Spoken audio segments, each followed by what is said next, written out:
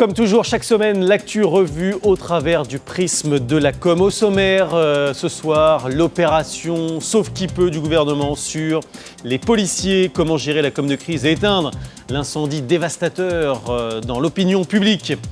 La gifle du flot éliminé dès le premier tour de la primaire Europe Écologie Les Verts. Malgré un gros travail de com, elle avait tout changé, son apparence physique et même sa voix.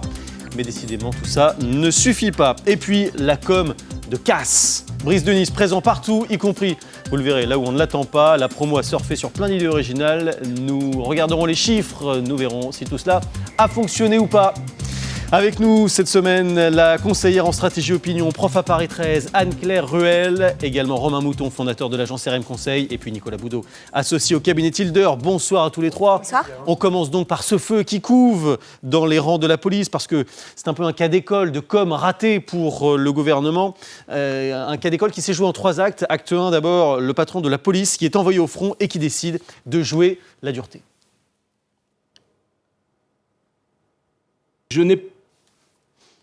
Je n'ai pas menacé, j'ai saisi l'inspection générale de la police nationale pour qu'il y ait une enquête. Une fois que j'aurai en main cette enquête, je verrai, sous l'autorité du ministre de l'Intérieur, quelle suite donner à cette affaire. Alors en fait, il avait un peu menacé quand même et cette réaction n'a pas du tout plu évidemment aux policiers. Elle n'a fait qu'attiser la colère et les ravages politiques dont l'opinion sont immédiats parce que l'opinion soutient évidemment très largement ce mouvement des policiers. Alors dès le lendemain, rétropédalage et là c'est le ministre qui s'y colle, il prend la parole, écoutez-le à la sortie du Conseil des ministres. Pour moi, les policiers, ils incarnent le droit, ils incarnent par l'uniforme qu'ils portent le respect de toutes les valeurs. Et si j'ai accepté que l'on saisisse l'inspection générale de la police nationale, c'est pas pour entrer dans un cycle de sanctions, c'est pour rappeler des principes. Parce que la police est forte, y compris lorsqu'elle revendique, lorsque ces principes sont respectés. Alors il lève le pied, mais c'est pas trop tard, Anne-Claire Ruel ? Le mal est fait. Le mal est fait, c'est beaucoup trop tard. Et en plus, il a l'emploi d'un mot particulièrement connoté, qui est le mot sauvageon pour désigner les criminels, comme le disent les policiers. Ça, c'était juste après Viry-Châtillon. Juste après, voilà. Et voilà, le mal est fait, c'est beaucoup trop tard. Surtout que, Nicolas Boudot, la stratégie dans les rangs de la police, évidemment, c'est très important. Et là, on a bien vu le ministre qui a un petit peu désavoué le chef de la police. Il désavoue le chef de la police parce que sinon c'est lui qui est visé, qui est en première ligne, alors que jusque-là, on peut avoir pour habitude de critiquer le gouvernement, mais le ministre de l'Intérieur avait plutôt bien réussi, s'était fait aimer, voire admirer de la part des policiers, et puis il avait démontré qu'il soutenait la police, qui elle-même est soutenue par l'opinion publique, et notamment depuis les attentats de l'année dernière. Et donc c'est une sorte de château de cartes qui risque de s'effondrer si le ministre ne reprend pas la main. Et c'est vrai que pour rebondir sur ce que vient de dire Anne-Claire, utiliser sauvageon, un mot presque enfantin pour une tentative d'assassinat. Quand on met le feu à une voiture de police avec des policiers à l'intérieur, c'est une tentative d'assassinat. En droit, c'était juste un peu limite. Et donc, cette rupture entre le ministre, la direction générale de la police et les policiers, on ne sait pas où elle peut s'arrêter, mais en tout cas, c'est une fracture pour le gouvernement et pour celui qui était le chouchou, le modèle du ministre du gouvernement. On a vu son rétropédalage. Il y a ensuite eu, et c'est l'acte 3, le contre-feu qui est venu du Parti socialiste. Jean-Christophe Cambadélis s'en est chargé. Il a balancé une pelote de laine chez les journalistes qui se sont rués dessus, évidemment. Écoutez-le. Le Front National, aujourd'hui, se camoufle dans la situation politique. Même si nous avons vu sa patte ou sa main dans les manifestations hors la loi qui se sont déroulées avec les forces de l'ordre hier. On est ici, Romain Mouton, dans la stratégie du contre-feu, vous êtes d'accord ? Oui, clairement. Et c'est d'ailleurs très intéressant en termes de communication parce qu'on a un contraste très fort entre les enjeux et les envies de l'administration, des hauts fonctionnaires et de la police et du gouvernement. C'est-à-dire qu'il y a un enjeu de communication politique pour le gouvernement et un enjeu de communication institutionnelle pour la machine des hauts fonctionnaires. Parce que les hauts fonctionnaires, finalement, ils rappellent, le directeur de la police, il rappelle la règle, il est là, il ne réfléchit pas forcément sur le calendrier politique. Alors qu'aujourd'hui, on a à la fois un gouvernement, une opposition et un parti politique, le Parti socialiste, qui sont en campagne. Et là, ça change tout en termes de communication. La communication de campagne, c'est câliner, et on va certainement le voir après, câliner la police et finalement pas trop leur taper dessus. Et même si ce qu'ils ont fait était une manifestation spontanée, en dehors des clous, le calendrier de la communication politique et le calendrier de la communication des hauts fonctionnaires n'est absolument pas le même. Comment on fait, Anne-Claire Ruel, pour rattraper le coup à moyen terme ? À moyen terme, ça va être assez compliqué parce qu'on rentre en plus dans une séquence qui est extrêmement politique parce qu'évidemment, les enjeux vont être récupérés par les partis et vous l'avez dit, a priori, le FN va surfer sur pas que le FN, hein, tout le monde. Hein. Mais tout le monde sur l'occasion. Moi, je trouve que c'est surtout dommage pour l'image de Cazeneuve. C'était vraiment une figure un peu emblématique et c'était un peu le gouvernement qui réussit, si on peut dire ça. C'est-à-dire la figure tutélaire du gouvernement qui a bien réussi. Donc, et d'un seul coup, on a l'impression que cette image-là, c'était une construction journalistique et que, à la base, le ressenti n'était pas le même. Non, c'est pas vraiment une construction journalistique. Je pense qu'effectivement, il y avait une différence entre la communication institutionnelle et la communication purement politique. Mais là, on se rend compte surtout, en termes de communication, du poids des mots, quoi. C'est surtout le poids des mots. C'est-à-dire qu'on est rentré dans une période de hashtag où les mots comptent plus finalement que même les petites phrases qu'on avait avant. Et c'est ça qu'il faut faire extrêmement attention à ça. Doublé aussi de l'emploi des réseaux sociaux. Parce que cette manifestation, elle était complètement retranscrite sur les réseaux sociaux. On pouvait suivre sur Periscope en direct ce qui se passait. Et ça donne une autre ampleur en fait au phénomène parce qu'ils étaient très peu nombreux finalement sur les Champs-Élysées. Nicolas Boudot, pas tout à fait d'accord avec vous. Non, pas tout à fait. Moi, je pense qu'on revient à une approche classique de l'idéologie.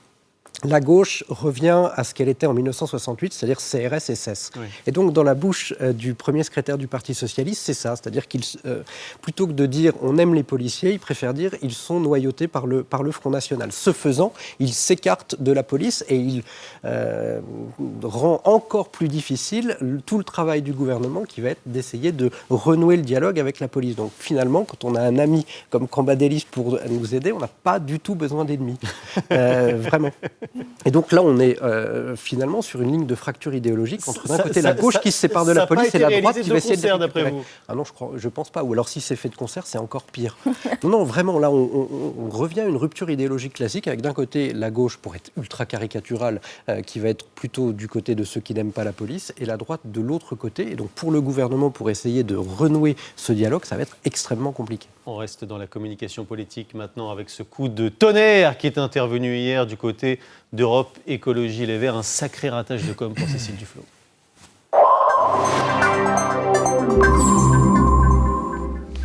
Parce qu'elle a été éliminée dès le premier tour de cette primaire, alors qu'elle était la grande favorite. Et pourtant, elle avait bien préparé son affaire, et notamment en termes de com. Je ne sais pas si vous avez fait un petit peu attention les uns les autres à la façon dont elle a changé son look. D'abord, c'est vrai qu'on lui a beaucoup dit, pendant longtemps, ses conseillers en communication, on lui a dit « Attention, tu fais un peu trop ado attardé, on ne te prend pas vraiment au sérieux, donc il va falloir que tu t'institutionnalises. » Donc on va commencer par te relooker et regardez très concrètement en termes d'image ce que ça donne. Vous voyez ici avant et après. Sur l'après, on voit ici un changement de coiffure, des lunettes qui font un petit peu plus sérieux, une façon de s'habiller aussi qui est un petit peu plus institutionnelle.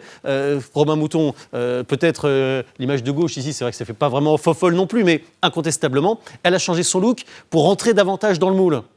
Oui, d'ailleurs, elle avait, on se rappelle, une séquence sur une chaîne concurrente où Christina Cordula était avec Cécile Duflot, où elles échangeaient, où elle était prête même à adopter un nouveau look. Ah non, je n'avais pas vu ça. Un nouveau look pour une nouvelle vie avec Cécile Duflot. Oui, c'était sur Canal+. C'est Christina Cordula, alors, qui est responsable de l'échec de Cécile Duflot. Alors, Cécile Duflot a dit après dans un livre qu'elle n'avait pas accepté le changement de look qui lui était proposé par Christina Cordula. D'accord. Mais trêve de plaisanterie, en dehors de ce changement de look, c'est une double leçon qu'on a dans le changement et la métamorphose de Cécile Duflot.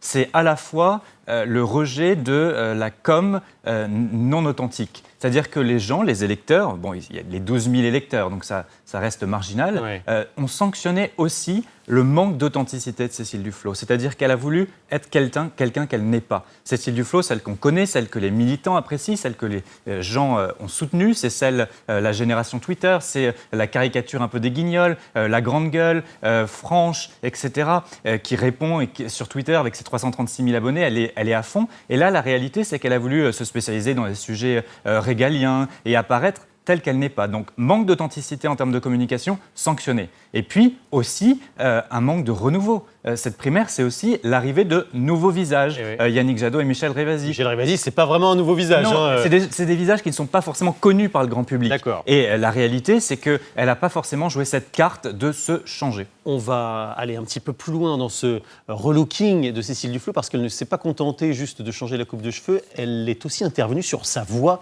figurez-vous. Vous vous souvenez sans doute de la voix d'avant de Cécile Duflot qui avait une sonorité un petit peu stridente. Souvenez-vous. Écoutez, nous sortons d'une majorité commune à la région Île-de-France puisqu'on est ici pour la campagne des régionales. Et il se trouve qu'il y a 5 ans exactement, j'ai eu l'honneur d'être à la tête d'une liste qui a fait 16,5% au premier tour. Voilà, on entend cette voix un petit peu de crécelle pour dire les choses. Et puis, quand on l'écoute maintenant, c'est plus du tout pareil. Écoutez. Il faut dire les choses de manière très simple. Ce sont les services de l'Assemblée qui gèrent les déclarations et les paiements pour tous les salariés de l'Assemblée. Donc, en tout état de cause, c'est l'Assemblée qui décide. D'après Le Parisien, il y aurait une intervention médicale, figurez-vous, Anne-Claire Ruel. Elle a quand même poussé les choses assez loin dans ce changement général. Alors oui et non, parce qu'en fait, le média training féminin, c'est assez spécifique et c'est des choses qui se font vraiment de travailler la voix. Alors dites-nous comment on fait. Alors comment fait-on ? Alors c'est des exercices qui s'apparentent un peu au théâtre. Vous voulez que je vous donne un exercice ? Oui, exercice tout bête, c'est par exemple une bougie mise à une certaine distance et on travaille le souffle là-dessus. D'accord. Juliette Méadel, que vous connaissez, qui est secrétaire d'État. Secrétaire d'État aux victimes. Voilà, avait fait justement ce type de média training pour une émission de télé aussi, je crois. Et alors, si on souffle trop fort, ça éteint la bougie et c'est pas bon, c'est ça ? En fait, c'est calculer le souffle, parce qu'en fait, les femmes ont un point qui est un petit peu déstabilisant pour elles, c'est que la voix peut monter dans les aigus. Ouais. Et donc, on apprend à poser la voix et essayer de parler beaucoup plus doucement. Par exemple, Marine Le Pen a un avantage certain, c'est qu'elle a une voix qui est très grave. Une voix rauque, oui. Une voix rauque. Et donc déjà, ça pose. Mais toutes les femmes, on travaille la voix, effectivement, et pas que la voix, évidemment. Les gestes qui sont souvent étriqués, un petit peu courts. Donc on apprend à prendre de l'ampleur. Occuper l'espace aussi, évidemment. Ne pas s'habiller n'importe comment étant ne pas mettre de jupe trop. Najat Vallaud-Belkacem, par exemple, elle a très vite été raillée pour ses jupes et très vite elle a arrêté. Oui. Et maintenant, c'est tailleur et pantalon et basta. Par exemple, Michel Alliot-Marie. Michel Alliot-Marie, quand elle était ministre, elle a tout de suite aussi adopté une tenue qui était spécifique, c'est-à-dire cheveux courts, pantalon et puis gants. Oui. Les gants pour sa fonction de ministre de la Défense. Ministre de la Défense, donc ça avait un symbole qui était très fort. Donc non, les femmes sont scrutées, regardées, elles ne peuvent pas faire n'importe quoi. Vous les connaissiez ces techniques, Nicolas Boudot ? Vous connaissiez la technique de la bougie ? La technique de la bougie et d'autres techniques de média training. Ah bon ? Oui, ça aide à poser la voix et à parler correctement. C'est pas la première, Cécile Duflot, à avoir changé des choses sur son look pour habiter une fonction. On se souvient de Mitterrand qui s'était fait limer les dents. Oui. Jacques Chirac en 95 qui avait complètement changé sa façon de porter les costumes. C'est un grand classique en politique, le relooking, le média training, pour essayer d'habiter une fonction. Là, Cécile Duflot, elle aurait dû changer d'idée, peut-être, comme l'a dit Romain. Non, mais comme l'a dit Romain, c'était un peu un réchauffé de 2012. Et donc, les militants d'Europe Écologie Les Verts, qui sont 7000 en tout, il y a eu 12 000 votants, avaient envie de renouveau. Et donc, l'incarnation du renouveau par Jadot et Rivasi. C'est pas si étonnant que ça, ce résultat. Allez, on passe au plan comme de la semaine maintenant, un plan casse.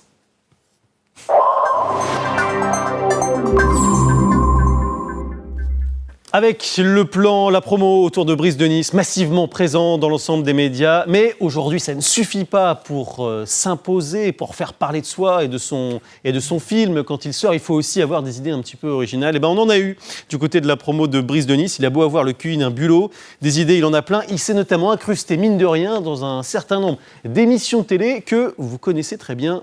Regardez. 18 degrés à Bordeaux, 23 degrés la maximale pour Perpignan et 21 degrés à Nice. La suite du programme.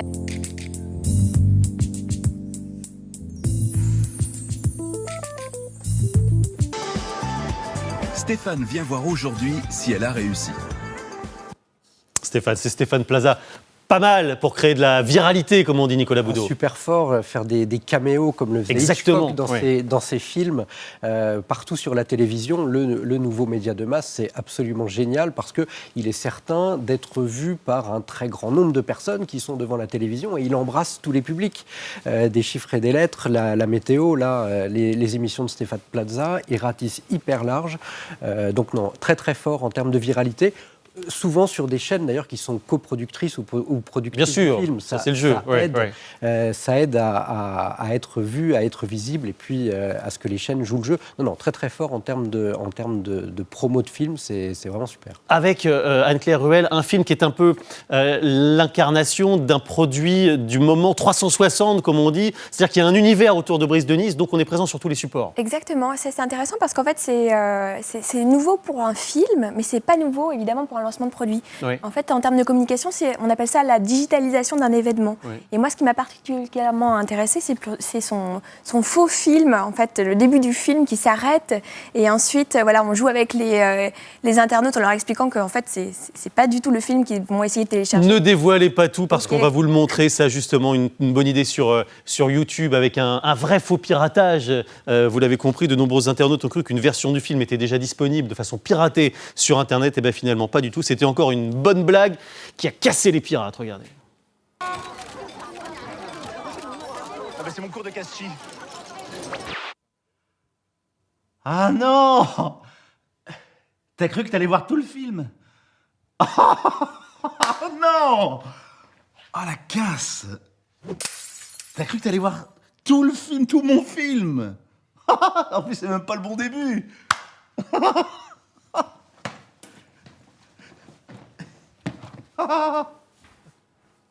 Opération de com, évidemment, Romain Mouton, très réussie. Ça, tout le monde en a parlé sur les réseaux numériques. C'est un énorme succès de communication et l'équipe du film a bien compris l'utilisation de la vidéo, de la viralité et du buzz. Cette vidéo, c'est 2,3 millions de vues sur YouTube. Ouais, c'est énorme. C'est colossal. Ouais. Et idem, le choix du film, le choix du thème, du titre du film, Brice 3, alors qu'il n'y a pas eu de 2. Ouais, Donc, du coup, ça a créé du buzz. Également. Et aujourd'hui, les vidéos, c'est 57% de notre bande passante sur notre mobile. Ouais. Donc aujourd'hui, on ne peut pas se passer de ces vidéos virales qui sont ultra reprises sur Facebook, sur Twitter, sur les réseaux sociaux et qui visent une cible majoritaire qui sont les jeunes qui vont aller ensuite remplir les salles. Donc c'est un carton pour Brice de Nice, en tout cas sur le buzz pré-film. Est-ce que ça marche pour remplir les salles? Et bien justement, les voici les chiffres de la première journée de Brice de Nice. Oui, ça marche. Brice de Nice a fait à peu près un peu plus de 180 000 entrées. Alors le premier opus, c'était 240 000. C'est beaucoup plus, mais c'était il y a 10 ans. Et le marché du cinéma, évidemment, n'avait rien à voir. 180 000 pour une première journée, c'est un succès. Ça a permis à Anne-Claire Ruel de passer au-dessus des critiques qui ne sont pas emballées par le film. Alors, mais ce n'est pas ce qu'ont retenu les fans. Exactement. Et je trouve que la grande force de ce système de communication, c'est surtout d'aller chercher les internautes ou les spectateurs là où ils sont. Oui. C'est-à-dire qu'avant, les acteurs regardaient un peu la promo de manière un peu condescendante. C'est-à-dire qu'on faisait les émissions qui allaient bien, mais voilà, on ne voulait pas trop se mouiller. Alors qu'aux États-Unis, par exemple, les press junkets, vous savez, c'est un système de communication où on met un acteur dans un canapé comme ça, et puis il est filmé par une même production, et puis juste le journaliste change. Ça, c'est inclus dans le job d'un acteur aux États-Unis. On le fait un petit peu en France, mais là, du coup, on raisonne vraiment en termes de produits et en 360 avec l'idée d'aller chercher vraiment les internautes là où ils sont. Il se mouille, Brice de Nice. C'est évidemment assez normal pour un surfeur. Merci beaucoup à tous les trois. Comme toujours, c'est terminé. On passe maintenant au grand soir politique avec l'actu Justine Corbillon.